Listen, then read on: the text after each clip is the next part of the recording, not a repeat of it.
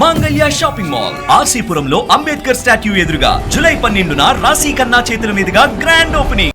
ఆంధ్రప్రదేశ్లోని కూటమి ప్రభుత్వం అత్యంత ప్రతిష్టాత్మకంగా అమలు చేస్తున్న సూపర్ 6 పథకాలలో ఒకటైన తల్లికి వందన పథకం నిధుల విడుదలపైన ఒక బిగ్ అప్డేట్ వచ్చేసింది.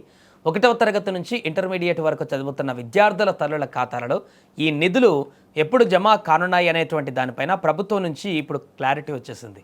తొలుత అనుకున్న తేదీలు ఎందుకు మారాయి, ఇప్పుడు ప్రభుత్వం ఖరారు చేసిన కొత్త డేట్ ఏంటి, ఈ ఏడాది ఎంతమంది లబ్ధిదారులకు ఈ పథకం వర్తిస్తుంది, పూర్తి వివరాలను ఇప్పుడు మనం క్లియర్గా తెలుసుకుందాం. అసలు ఈ పథకం బ్యాక్గ్రౌండ్లోకి వెళ్తే గత ఏడాది అంటే 2025లో పాఠశాలలు పునఃప్రారంభమైనటువంటి జూన్ 12వ తేదీనే ప్రభుత్వం ఈ పథకాన్ని ఎంతో విజయవంతంగా అమలు చేసింది.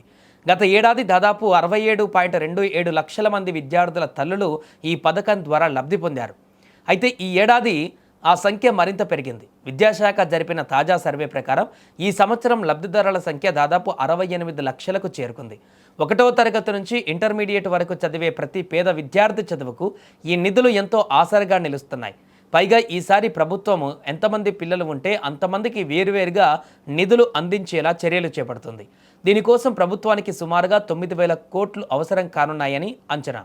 మరి జూన్లోనే రావాల్సిన ఈ నిధులు జూలై దాటిన ఎందుకు ఆలస్యమయ్యాయి?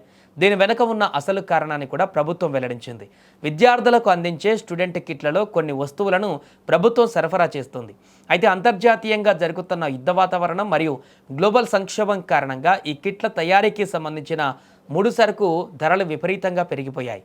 సో ధరల పెరుగుదల వల్ల కిట్ల తయారీకి పంపిణీ ప్రక్రియలో కొంత ఆలస్యం జరిగింది. దాంతోపాటు విద్యాశాఖ లబ్ధిదారుల పూర్తి వివరాలను, అవసరమైన నిధుల నివేదికను సిద్ధం చేయడానికి కొంత సమయం పట్టింది. అందుకే జూన్లో జరగవలసినటువంటి నిధుల జమా ప్రక్రియ కాస్త ముందుకు నెట్టబడింది. ఇక ఇప్పుడు అసలు విషయానికి వెళ్తే ఈ నిధులు ఎప్పుడు జమా కానున్నాయి?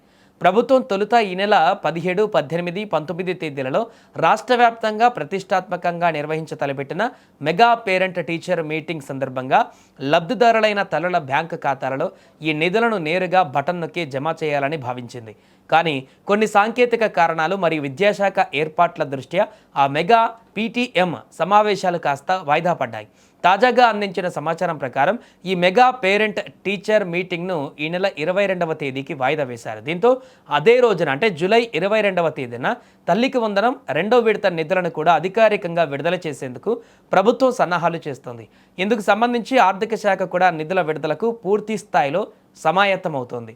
ఇక ఏపీలో లక్షలాది మంది తల్లులు ఎదురు చూస్తున్న తల్లికి వందనం నిధుల జమ ఈ నెల 22న దాదాపు ఖరారైనట్లే తెలుస్తోంది. సో దీనిపైన ప్రభుత్వం నుంచి మరికొద్ది రోజుల్లోనే అధికారిక ప్రకటన వెలువడనుంది. మీ పిల్లల డీటెయిల్స్ అన్ని స్కూళ్ళల్లో కరెక్ట్గా సబ్మిట్ చేశారో లేదో ఒకసారి చెక్ చేసుకోండి. ఈ నెల 22న మీ ఖాతాలో డబ్బులు జమ అయ్యేటువంటి అవకాశం స్పష్టంగా కనిపిస్తోంది.